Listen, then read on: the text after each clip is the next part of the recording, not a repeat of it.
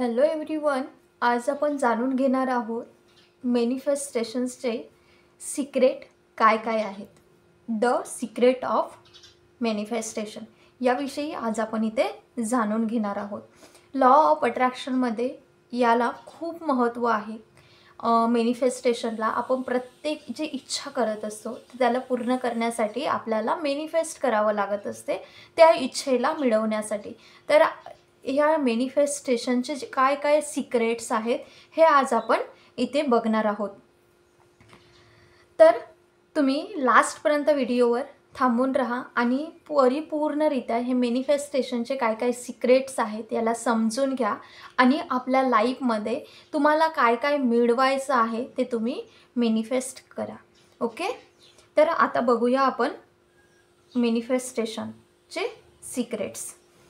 2006 मध्ये एक book publish झाली होती. तर त्या पुस्तकाचं नाव होते द सिक्रेट आणि पब्लिश होण्याच्या काहीच महिन्याच्या अंदर याचे मिलियन्स ऑफ कॉपी विकल्या जातात आणि यामधूनच एक अजूनच शब्दाला जास्त पॉप्युलॅरिटी मिळते, जे आजच्या युगात इंटरनेट आणि सोशल मीडियावर खूप जास्त प्रमाणात ट्रेडिंगवर राहते आणि तो शब्द आहे मॅनिफेस्टेशन.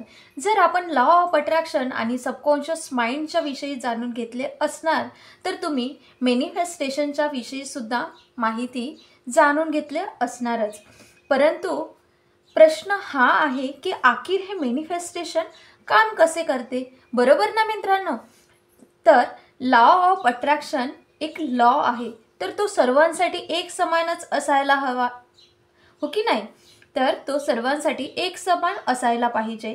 आखिर का काहीच लोकांसाठी काम करत असते हे मॅनिफेस्टेशन आणि काही लोकांसाठी हे काम का करत नाही? तर आखिर मॅनिफेस्टेशनचा खरा अर्थ आणि याच्या मागेचं काय सिक्रेट आहे आज आपण इथे जाणून घेणार आहोत. चला तर आता बघूया मित्रांनो द सिक्रेट्स ऑफ मॅनिफेस्टेशन.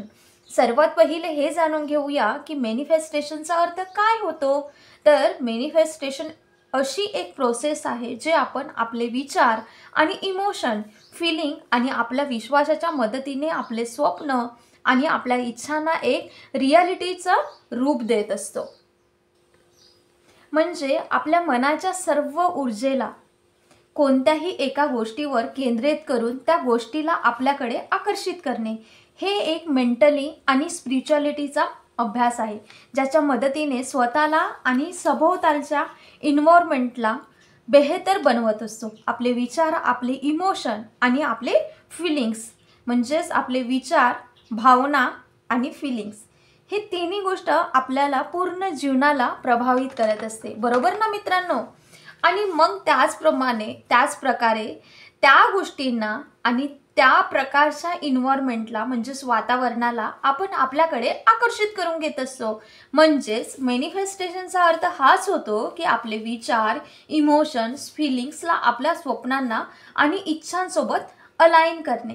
जर याला पिक्चरप्रमाणे बघितले, म्हणजेच एका फिल्मसारखं बघितलं, तर हिंदीमध्ये एक कहावत आहे ना मित्रांनो, ते तर तुम्हाला माहीतच असणार, तरी पण मी एकदा यामध्ये सांगत आहे.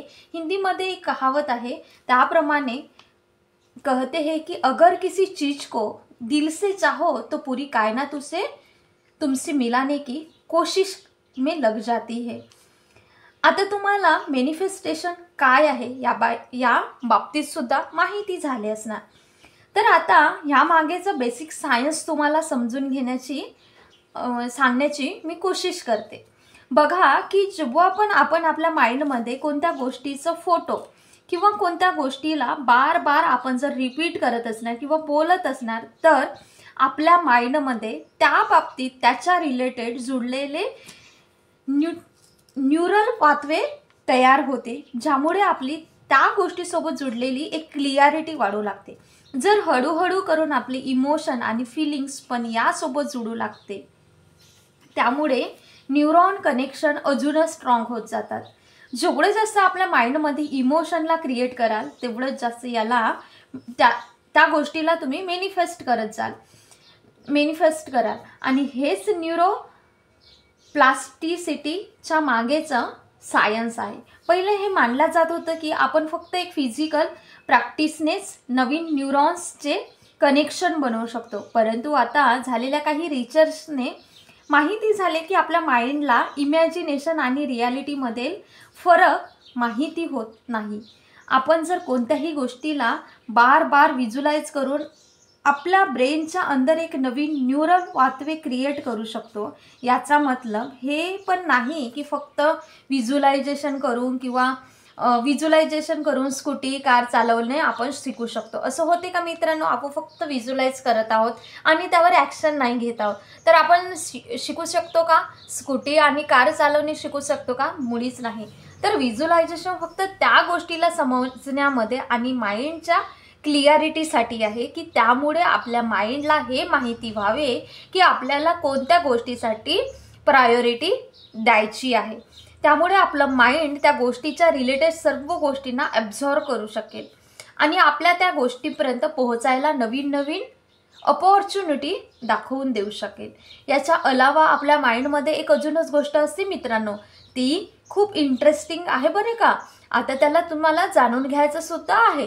त्याला रेटिक्युलर ॲक्टिवेटिंग सिस्टीम म्हणतात. परत एकदा सांगते, त्याला रेटिक्युलर ॲक्टिवेटिंग सिस्टीम म्हणजेच RAS असं म्हणतात. तर RAS आपल्या ब्रेनचा महत्त्वपूर्ण हिस्सा आहे. RAS हे आपल्या ब्रेनचा महत्त्वपूर्ण हिस्सा आहे, जे आपल्या कॉन्शियस आणि आपल्या कॉन्शियसनेसला आणि आपल्या फोकसला कंट्रोल करून देत असते. जसं की एक एक्झाम्पलने समजून घेण्याची कोशिश करूया. जर तुम्हाला कोणतीही एक वस्तू खरेदी करायची असेल तर आत्ताच्या युगात सर्वात पहिले इंटरनेटवर जाऊन सर्च करता, बरोबर ना मित्रांनो? कुठलीही गोष्ट घ्यायची असेल तर आपण सर्वात पहिले त्याविषयी जाणून घेण्यासाठी इंटरनेटवर सर्च करत असतो. मानून घ्या की समजा तुम्हाला एक मोबाईल खरेदी करायचा आहे, तर तुम्ही त्याला गुगलवर जाऊन सर्च करता, बरोबर? हे जाणून घेण्यासाठी की त्याचे फीचर्स काय काय आहेत. आपण त्याचे फीचर्स 2 ते 3 वेबसाईटवर जाऊन चेक केलेले असतात. जर तुम्ही त्यावर गौर केले असणार तर थोड्या वेळानंतर जेव्हा तुम्ही कोणत्या दुसऱ्या सोशल मीडिया किंवा प्लॅटफॉर्मवर जाल तर तिथे आपणच त्याच मोबाईलची ॲड तुम्हाला जेव्हा दिसेल. जेव्हा तुम्ही कोणता व्हिडिओ बघत आहात किंवा स्क्रोल करत असाल तर बार बार मोबाईलची ॲड दिसायला चालू होते, जे तुम्हाला खरेदी करण्यावर मजबूर करून देत असते. याच्या अलावा तुम्ही कोणता व्हिडिओ बघून जर लाईक कराल त्या व्हिडिओला तर थोड्या वेळाने त्याच प्रकारचे व्हिडिओ तुमच्यासमोर बार बार येत असतात, म्हणजेच परत येत असतात. म्हणजेच वेब ब्राउझर आणि सोशल मीडियाचा जो प्लॅटफॉर्म आहे तो प्रेफरन्स जसे लाईक, सर्चेस आणि कमेंटला बघतात आणि त्याच प्रकारच्या रिझल्टला बार बार आपल्याला पाठवत असतात, ज्यामुळे तुम्हाला काय पाहिजे त्यावर तुमचा फोकस बनून राहील. हा एक प्रकारचा इंटरनेट आणि सोशल मीडियाचा अल्गोरिदम आहे, बरोबर मित्रांनो? परंतु ठीक अशाच प्रकारचा एक अल्गोरिदम आपल्या ब्रेनमध्ये पण असतो आणि त्याला रेटिक्युलर ॲक्टिवेशन सिस्टीम म्हणतात आणि याला कित्येक वेळेस आपण एक्सपिरियन्स पण केलेले असणार. जसे की समजून घ्या की तुम्हाला कोणती तरी कार खरेदी करायची असेल तर सर्वात पहिले त्या कारविषयी बरोबर जाणकारी घेता. तुम्ही त्या कारविषयी पूर्ण डिटेल्समध्ये जाणून घेत असता, बरोबर ना मित्रांनो? आणि जेव्हा पण आपण कोणत्याही रस्त्याने येत असाल तर तीच कार बार बार बघायला सुद्धा मिळत असणार आणि बघायला मिळणार. जसे रोडवर कोणत्या बॅनरवर किंवा कोणत्या पोस्टरवर. आता याचा अर्थ हा नाही की पहिले मौजूद त्यामध्ये नाही होते आणि आत्ता बार बार दिसत आहे. याचा अर्थ हे आहे की आपण त्या कारच्या बाबतीत खूप चांगल्या प्रकारे जाणून घेतले. आता कित्येक वेळ नकळतपणे हे आपण व्हिज्युअलाइज पण केले आहे. म्हणूनच आपल्या RASने त्याला आपली प्रायोरिटी बनवलं आहे आणि म्हणूनच रस्त्यामध्ये जाणाऱ्या सर्वच कारला इग्नोर करून आपला RAS फक्त त्याच कारवर फोकस करते, ज्यामुळे तुम्हाला असे वाटते की तुम्हाला तीच कार बार बार दिसत आहे. आता ह्यामुळे हे स्पष्ट आहे की एक वेळ आपण कोणत्या वस्तूवर किंवा विचाराच्या विषयी कॉन्शियसनेस होऊन आपण जात असतो तर ती गोष्ट परत प्रत्येक वेळेस प्रत्येक जागेवर दिसायला सुद्धा सुरू होऊन जाते. आपला RAS मग त्याच गोष्टींना आपल्याला बार बार दाखवत असते. बघा, RAS आपल्या कॉन्शियस माइंड आणि आपल्या सबकॉन्शियस माइंडच्या मध्ये एक गेटकीपर सारखं आहे, जे अननेसेसरी गोष्टींना इग्नोर करून देते आणि आपल्याला काय जरुरी आहे त्यावर फोकस करत असते. आपल्या पाचही सेन्सेसच्या मदतीने जे आपण इन्फॉर्मेशन आपण आपल्या माइंडला पोहोचवतो त्यामधून 99% इन्फॉर्मेशनला आपल्या कॉन्शियसनेस माइंड हे इग्नोर करत असते आणि RAS आपल्याला अवेअर करत असते की कोणती गोष्ट आपल्यासाठी जरुरी आहे. आपला RAS वेळेनुसार आपल्या हरकतींना आणि आपल्या बिहेवियरला बघत असते आणि त्याच्याच हिशोबाने आपल्या सर्व प्रायोरिटीजची एक लिस्ट बनवते आणि आपला फोकस तिथेच बार बार घेऊन जाण्याची ते कोशिश करत असते. बरोबर मित्रांनो, म्हणून जर आपण कोणतीही गोष्टीविषयी बार बार विचार करत असाल किंवा कोणत्याही गोष्टीला बार बार व्हिज्युअलाइज करत असता आणि आपले इमोशन आणि फिलिंग्स पण त्यामध्ये जुळू लागतात, तेव्हा त्या गोष्टींना आपली प्रायोरिटी बनवून देते आणि नंतर आपलं RAS त्या गोष्टीला बरोबर RAS त्या गोष्टीला बरोबर साबित करण्यासाठी सबूत शोधणे सुरू करून देते आणि त्याच गोष्टी बार बार दाखवेलच त्या गोष्टीने आपण जुळून आहोत, ज्या गोष्टीने जुळून आहे. त्यामुळे काय होईल, ज्यामुळे आपण त्या गोष्टीपर्यंत पोहोचण्याची आणि अपॉर्च्युनिटीज मिळण्याची संभावना वाढून जात असते. बघा, इथे मी जितकं साधेपणाने सिंपल होऊन सांगता येईल तितकं सिंपल करून सांगण्याची कोशिश केलेली आहे. आखिरकार आपलं माइंड RAS कोणत्या प्रकारे काम करते आणि कोणत्याही गोष्टीच्या विषयी बार बार विचार करण्याने कसे आपली प्रायोरिटीज तो बनवून देत असते त्याविषयी तर आता तुम्हाला माहिती झालीच असणार मित्रांनो. आता ही तर झाली सायंटिफिक नजरेने गोष्ट, ओके. परंतु आता आपण बघणार आहोत वेद आणि उपनिषद मॅनिफेस्टेशनच्या विषयी काय म्हणतात हे जाणून घेणार आहोत. त्या अगोदर मित्रांनो, व्हिडिओ थोडा लांबच होणार आहे, त्यासाठी तुम्हाला ह्या व्हिडिओला लास्टपर्यंत बघायचं आहे, कारण लॉ ऑफ अट्रॅक्शनमध्ये सर्वच मॅनिफेस्टेशनवर आधारित आहे. जोपर्यंत आपण आपल्या इच्छा मॅनिफेस्ट कशा करता येतील, आपलं माइंड त्याला कसं रिॲक्ट करतं हे जाणून घेणार नाही, तोपर्यंत आपण कुठलीही गोष्ट मॅनिफेस्ट करू शकणार नाही. यासाठी हे मॅनिफेस्टेशनचे काय काय सिक्रेट आहे हे डिटेलमध्ये सांगण्यासाठी व्हिडिओ थोडा लांब होणार आहे, तर तुम्ही अवश्य या व्हिडिओवर लास्टपर्यंत थांबून राहा आणि पूर्ण मॅनिफेस्टेशनचे सिक्रेट जाणून घेऊन आपल्याला आपल्या आयुष्यात हवं ते मॅनिफेस्ट करून घ्या, ओके. तर लास्टपर्यंत जरूर तुम्हाला या व्हिडिओवर थांबायचं आहे. थँक्यू. तर आता मित्रांनो बघूया, आता आपण बघितलं की सायंटिफिक नजरेने कसं काम करते, ओके. तर आता आपण बघणार आहोत आपले जे वेद आणि उपनिषद मॅनिफेस्टेशनच्या विषयी काय म्हणतात ह्याविषयी आपण बघणार आहोत. तर मॅनिफेस्टेशन तर एक मॉडर्न शब्द आहे ज्याला आपण उपयोग फार करत आहोत, परंतु याच्याविषयी आपल्याला वेदांमध्ये पण बघायला मिळणार.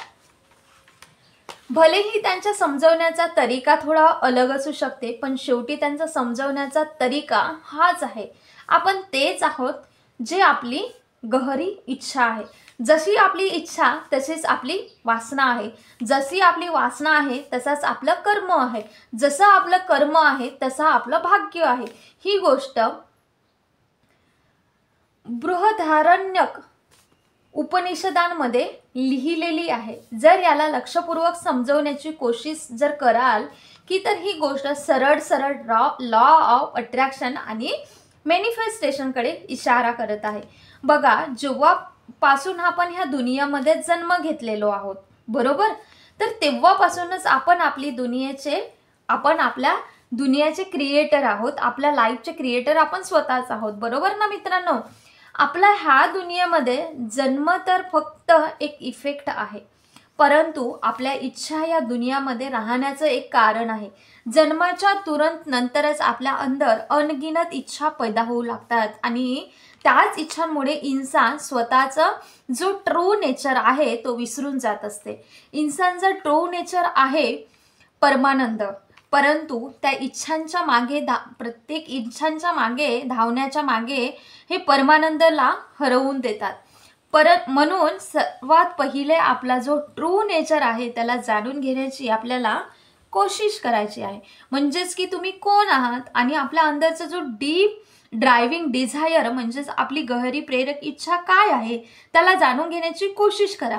कारण गहरी प्रेरक इच्छानेच आपल्या अंदर एक वासना पैदा होत असते आणि वासना आपल्या अंदरचा एक अनमॅनिफेस्टेड बीज आहे आणि हा एक बीज एक चांगल्या इन्व्हायरमेंटची वाट बघत असते आणि जसेही आपल्या अनुकूल इन्व्हायरमेंट त्याला मिळते तर तो आपली जळ पकडून घेते आणि तो हळूहळू वाढू लागते. म्हणजे ते मॅनिफेस्ट होणे सुरू होऊन जाते. म्हणूनच आपल्या डीप ड्रायव्हिंग डिझायरला म्हणजेच की आपली जी गहरी प्रेरक इच्छा काय आहे त्याला जाणून घेण्याची आपल्याला कोशिश करायची आहे. कारण की ती इच्छा ही आपली इनहेरंट नेचर आहे, म्हणजेच आपला ट्रू नेचर आहे. जर तुम्ही आपल्या ट्रू नेचरच्या खिलाफ काही मागाल तर ती गोष्ट कधीहीच तुमच्या जवळ येणार नाही, आकर्षित सुद्धा होणार नाही. कारण की आपला इनहेरंटच्या खिलाफ आहे. म्हणून कित्येक लोकांसोबत हे मॅनिफेस्टेशन हे वर्क करत नाही. समजा की तुम्ही एक इंट्रोवर्ट टाइप पर्सन आहात आणि आपल्याला एकट्यामध्ये राहून काम करणे पसंत आहे, परंतु तुम्ही एक मोटिवेशनल स्पीकर किंवा एक नेता बनण्याचे विचार जर तुम्ही करत असाल कारण तुम्हाला असे वाटते की तिथे तुम्हाला जास्त पॉप्युलॅरिटी मिळेल, तर ती गोष्ट तुम्ही कधीच हासिल नाही करू शकणार. कारण की तुम्ही इथे इनहेरंट नेचर स्पॉटलाईटमध्ये राहणे नाही आहे, तर तुमचा इनहेरंट नेचर आहे एकट्यामध्ये राहून काम करणे, बरोबर. आणि त्याच मिसअलाइनमेंटच्या कारणाने काही पण तुम्ही जर करत असाल तर हमेशा तिथे स्ट्रेसफुल आणि स्वतः बेचैन सुद्धा राहाल. तेच तुम्ही एक लेखक, सायंटिस्ट किंवा एक रिसर्चर बनण्याची इच्छा जर तुम्ही ठेवत असाल तर तिथे तुम्ही इंडिपेंडेंटली आपल्या एकांतात काम करू शकतात. तिथे आपल्या पूर्ण क्षमता सोबत करू शकाल. तिथे तुम्ही सक्सेसफुल होण्याचे चान्सेस तुम्हाला खूप जास्त प्रमाणात मिळतात आणि जास्त वाढल्या सुद्धा जाते. कारण तिथे तुमचे इनहेरंट नेचर आपल्या इच्छासोबत अलाइन होऊन जात असते आणि तिथे तुम्हाला एक संतुष्टी, आनंदाचा अहसास पण होते. जर आपण आपल्या इनहेरंट नेचरच्या विरुद्ध जाऊन काही मागाल किंवा त्याला मिळवण्याची इच्छा ठेवाल तर शायद ती गोष्ट तुम्ही कधीही हासिल नाही करू शकणार. परंतु आता प्रश्न हा आहे की आपण माहिती कसे करणार की इनहेरंट नेचर काय आहे आणि आपण आपल्या इनहेरंट नेचरला आपल्या इच्छांच्या अकॉर्डिंग बदलू शकतो का? तर मित्रांनो, तर याचं उत्तर आहे आपल्याकडे. तर आपण आपल्या इनहेरंट नेचरला आपल्या इच्छेच्या अकॉर्डिंग बदलू शकतो. होय, आपण नक्कीच बदलू शकतो. पण जेव्हापर्यंत आपण आपल्या इनहेरंट नेचरच्या अकॉर्डिंगनेही कोणत्याही गोष्टीला मॅनिफेस्ट करण्याची कोशिश आपल्याला करायची आहे आणि कोशिश करा. जर आपण आपल्या इच्छेच्या अकॉर्डिंग आपल्या इनहेरंट नेचरला बदलायला जाल तर त्यामध्ये तुम्हाला जास्त टाईम लागेल. आय होप की मी काय समजवण्याची कोशिश करत आहे की ते आपण समजून घेत असालच. मित्रांनो, याला तुम्हाला डीपमध्ये समजून घ्यायचं आहे की आपल्यासाठी मॅनिफेस्टेशन कसं काम करते, मॅनिफेस्टेशनचे सिक्रेट्स काय आहेत. ओके, म्हणून यामध्ये सर्व डीप सांगत आहे, त्यामुळे थोडा व्हिडिओ लांब होत आहे, तर तुम्ही याला जरूर बघा. परंतु याला समजवणे तुम्हाला खूप जरुरी आहे कारण हे मॅनिफेस्टेशनचा एक मूळ आहे. आपला इनहेरंट नेचर आणि आपले जेनेटिक, आपले सभोवतालचे इन्व्हायरमेंट आणि आपला एक्सपिरियन्सच्या अकॉर्डिंग ही बनत असते. आणि जर आपल्याला आपला इनहेरंट जाणून घ्यायचा असेल, इनहेरंट नेचर जाणून घ्यायचं असेल तर सेल्फ अवेअरनेसवर काम करायला पाहिजे. तर तुम्हाला यामध्ये आता तुम्हाला स्वतःलाच प्रश्न विचारून त्याचे स्वतःच उत्तर शोधायचे आहे. तुम्हाला गोष्टींना अब्झॉर्व करायला पाहिजे आणि जितकं होऊ शकेल तितकं मेडिटेशनची तुम्हाला प्रॅक्टिस करावी लागेल. इथे जितकं सिंपल होऊ शकेल तितकं सिंपल सांगितलं आहे बरं का मित्रांनो. म्हणजेच आपण मॅनिफेस्टेशनला पूर्ण प्रकारे जाणून घ्याल आणि तुम्हाला ह्या प्रश्नाचे उत्तर पण मिळाले असणारच की लोकांसाठी हे काम का करत नाही. जर तुमचा इनहेरंट नेचर निगेटिव्ह असेल तर तुमच्यासोबत नेहमी निगेटिव्हच गोष्टी घडणार आणि निगेटिव्ह गोष्टीच समोर येतील। जर तुमचं इनहेरंट नेचर पॉझिटिव्ह असेल तर तुमच्यासोबत नेहमी छान आणि पॉझिटिव्हच गोष्टी आकर्षित होतील। ह्यासाठी जरुरी आहे आपलं सेल्फ टॉक। प्रत्येक मनुष्य, प्रत्येक इन्सान स्वतःसोबत बोलत असते, तो आपल्या माइंडमध्ये, आणि तो ज्या प्रकारे स्वतःसोबत बोलत असते त्याच हिशोबाने त्याच्या माइंडच्या अंदर मोशन्स क्रिएट होत असतात, इमोशन्स क्रिएट होत असतात, आणि जसे त्याचे मोशन्स क्रिएट होतात तसेच त्याच्या इच्छा प्रकट होतात, आणि त्याच इच्छांमुळे वासना प्रकट होत असतात। आणि वासना ही आपल्याकडून कर्म म्हणजेच ॲक्शन करून घेत असते, आणि आपल्या कर्माच्या हिशोबानेच कोणत्याही गोष्टीपर्यंत आपणच पोहोचू शकतो। म्हणजेच याची सुरुवात एक तर विचारापासून होते, आणि तो विचार नंतर त्याच्यासारखीच अनेक विचारांना जन्म देत असते, आणि ज्यांनी एक विचार बनत असते, ओके, आणि एकसारखे अनेक इच्छांना मिळवून आपल्या अंदर एक गहर प्रेरक इच्छा बनत असते, आणि तोच आपला ट्रू नेचर बनत असते। यासाठी सर्वात जरुरी आहे पॉझिटिव्ह थिंकिंग, आणि बाकी सर्व गोष्टी तर नॉर्मल आहे ज्याला करणे की हे जरुरी आहे। जसे की रोज व्हिज्युअलायझेशन करणे जरुरी आहे, रोज पॉझिटिव्ह अफर्मेशन चा अभ्यास करणे जरुरी आहे, आपण रोज स्वतःसोबत पॉझिटिव्ह सेल्फ टॉक करणे जरुरी आहे, आणि आपल्या सवयींमध्ये बदलाव करणे। ह्या सर्व गोष्टी तर डेली रुटीनचा एक पार्ट असायला पाहिजे मित्रांनो। तुमचा सुद्धा हा डेली रुटीनचा पार्ट आहे का हे नक्कीच कमेंट बॉक्समध्ये सांगा की तुम्ही डेली रुटीनचा भाग, तुमचा डेली रुटीनचा, आपल्या डेली रुटीनमध्ये positive thinking, visualisation, positive affirmation आणि सेल्फ टॉक असणे खूप गरजेचं आहे, आणि हा डेली रुटीनचा एक पार्ट आपल्या लाईफमध्ये असायलाच पाहिजे। कारण आपण जेव्हा मॅनिफेस्टेशन डन करत आहोत तर ह्या सगळ्या गोष्टी आपल्या डेली रुटीनचा भाग आहे का हे आपल्याला स्वतःला चेक करायचं आहे। परत एकदा सांगते, positive thinking, positive affirmation, visualisation आणि सेल्फ टॉक आणि मेडिटेशन आपल्या डेली रुटीनचा भाग असायलाच पाहिजे। पण तुम्हाला हे जाणून घेणे सुद्धा जरुरी आहे की आखिर मॅनिफेस्टेशन वर्क कसे करते। आपल्यापेक्षा जास्त तर लोक आपल्या इनहेरंट नेचरला जाणून घेतल्याशिवाय गोष्टींना मॅनिफेस्ट करणे सुरू करून देत असतात, जेव्हा की सर्वात पहिले स्वतःला जाणून घ्यावं लागेल, आणि तुम्ही कोणत्या गोष्टीसाठी बनलेले आहात त्याला जाणून घ्यावं लागेल। आणि हे गोष्ट खूप डीप अभ्यास आणि स्वतःवर काम केल्याने माहिती होणार आहे। नवीन नवीन गोष्टींना आपल्याला ट्राय करायचं आहे, काही नवीन शिकण्यासाठी ट्राय करायचं आहे, शिकण्यासाठी आपल्याला ट्राय करायचं असते नवीन नवीन गोष्टी। ह्या दुनियाला आणि स्वतःला ॲब्झॉर्ब करणे सुरू करा। मॅनिफेस्टेशनचा अर्थ हा होत नाही की आपल्याला बंद कमऱ्यामध्ये तुम्हाला एक विचार आला आणि चला तर आपण एक बिझनेसमॅन बनून जाऊया। बस तुम्ही एक दिवस विचार रात्रभर केले, दिवस रात्र ते विचार करत राहा की मी बिझनेसमॅन बनून जाऊ। असे असेल तर प्रत्येकजण कोणी पण बिझनेसमॅन होऊ शकला असता ना, बिझनेसमॅन बनला असता ना मित्रांनो, परंतु तसे नाही आहे। हा ऐकायला जितकं आसान आहे आणि आसान वाटते, हिंदीमध्ये एक कहावत आहे ना, जैसा सोचो वैसा पाओ, परंतु करण्यामध्ये तितकंच मुश्किल सुद्धा आहे।